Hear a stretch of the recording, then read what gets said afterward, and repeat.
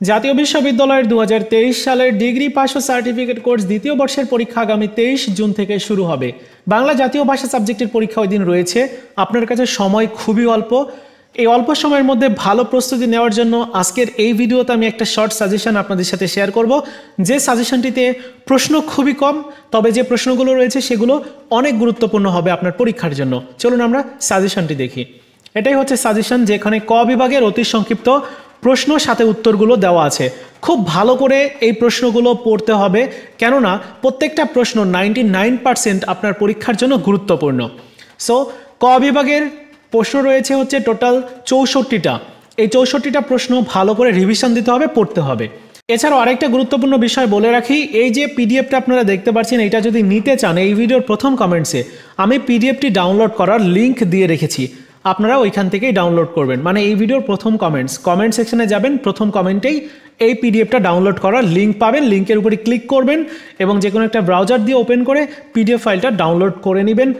আপনারা আমাদের যে হোয়াটসঅ্যাপ রয়েছে সেখানে গিয়ে আবার যোগাযোগ করে এই পিডিএফ ফাইলটা নিতে যাবেন না, কারণ ওইখানে অন্যান্য সাবজেক্টগুলোর সাজেশন নেওয়ার জন্যই অনেক শিক্ষার্থী মেসেজ দিচ্ছে, যার কারণে এই সাজেশনটা নেওয়ার জন্য আর মেসেজ দিবেন না।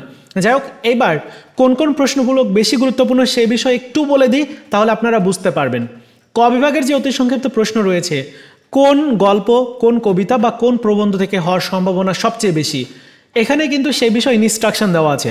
এখানে যে বিষয়টা বলা হয়েছে, দেখানো হয়েছে, এইটা আসলে বিগত সালের যে বোর্ড প্রশ্নগুলো রয়েছে সেগুলো অ্যানালাইসিস করে বের করা। কেন? দেখুন, আত্মবিলাপ যে কবিতাটা রয়েছে, এই কবিতা থেকে 2016 সালে একটা প্রশ্ন হয়েছিল, 17তে হয়েছিল, 19-এ হয়েছিল, 22-এ হয়েছে সর্বশেষ। তাহলে 23-এ হওয়ার সম্ভাবনা কিন্তু খুব বেশি নেই, যার জন্য ওই আত্মবিলাপ কবিতা থেকে প্রশ্ন আপনি পড়বেন, তবে খুব বেশি গুরুত্ব সহকারে পড়ার দরকার নেই, সময় যেহেতু অল্প।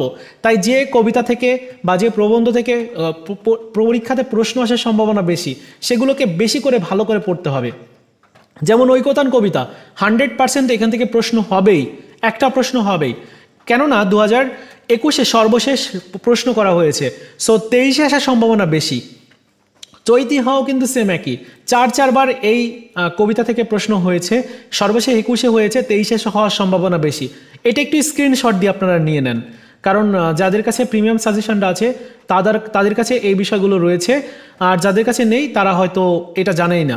যাই হোক, আপনারা একটু এখান থেকে স্ক্রিনশট দিয়ে নেবেন, যেগুলো 100% ওই কবিতা বা ওই গল্পগুলো থেকে বেশি করে প্রশ্ন আপনারা রিভিশন দিয়ে যাবেন বা পড়ে যাবেন। এবার আমি খ বিভাগের প্রশ্নে চলে যাচ্ছি। খ বিভাগের নির্বাচিত কবিতা থেকে 8টা প্রশ্ন করা হয়েছে এবং প্রত্যেকটা প্রশ্নের সাইডে উল্লেখ করা আছে যে কোন কবিতা থেকে প্রশ্ন হয়েছে, কোন গল্প থেকে প্রশ্ন হয়েছে, সেটি কিন্তু উল্লেখ করা আছে। এই যে দেখুন, নির্বাচিত প্রবন্ধ যেখানে রয়েছে, 8টা প্রশ্ন, 8টা প্রশ্নের সাইড, প্রত্যেকটা প্রশ্নের সাইডে এটা উল্লেখ আছে। এর সাথে বোর্ড প্রশ্নগুলো দেওয়া আছে, মানে বোর্ড প্রশ্নের এই যে এখানে কত সালে আসছিল সেটি দেওয়া আছে।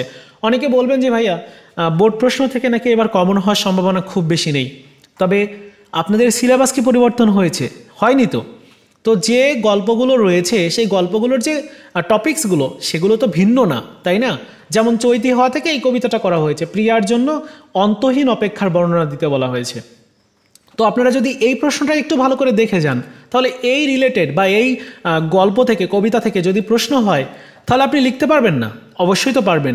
সো এমন সেম একই ধরনের প্রশ্ন থাকবে, সেম একই প্রশ্ন থাকবে, এরকম তো কোনো বিষয় নেই। প্রশ্ন দেখা যাবে যে ঘুরিয়ে পেঁচিয়ে দেওয়া হতে পারে, হ্যাঁ। সো সেটা নতুন প্রশ্ন হয়ে যাবে, এটা তো স্বাভাবিক। তবে টপিকস তো ভিন্ন না, টপিকস তো এক, সিলেবাস তো এক। সো আপনাকে সেই বিষয়গুলো বুঝে এখানে যে প্রশ্নগুলো দেওয়া আছে এই টপিকসগুলোর থেকে বেশি কমন আসার সম্ভাবনা রয়েছে, যার জন্যই দেওয়া হয়েছে। নির্বাচিত গল্প থেকে 8টা প্রশ্ন, প্রবন্ধ থেকে 8টা এবং গল্প থেকে 8টা প্রশ্ন, ভাষা শিক্ষা থেকে মাত্র 3টা প্রশ্ন দেওয়া আছে। এরপরে দেখুন গ বিভাগের প্রশ্ন, নির্বাচিত কবিতা থেকে মাত্র 5টা প্রশ্ন, তারপর প্রবন্ধ থেকে 7টা এবং গল্প থেকে 8টা, ভাষা শিক্ষা থেকে 4টা প্রশ্ন। সংক্ষিপ্ত সাজেশন যেহেতু, তাই প্রশ্ন সংখ্যা খুবই কম। এরপর দেখুন ব্যক্তিগত পত্র রয়েছে 3টা, একটা হচ্ছে আবেদনপত্র, সংবাদপত্রের মাধ্যমে এগুলো রয়েছে। ভালো করে পড়তে হবে। পুরো সাজেশনটার ডাউনলোড করার লিঙ্ক আমি এই ভিডিওর প্রথম কমেন্টসে দিয়ে রেখেছি, আপনারা ক্লিক করে ডাউনলোড করে নিন। এই ছিল আজকের মতো ভিডিও, এবং প্রত্যেকটা পরীক্ষার জন্য এরকম করে একটা শর্ট সাজেশন দিলে কেমন হয় অবশ্যই কমেন্টস করে আপনারা জানাবেন। ধন্যবাদ।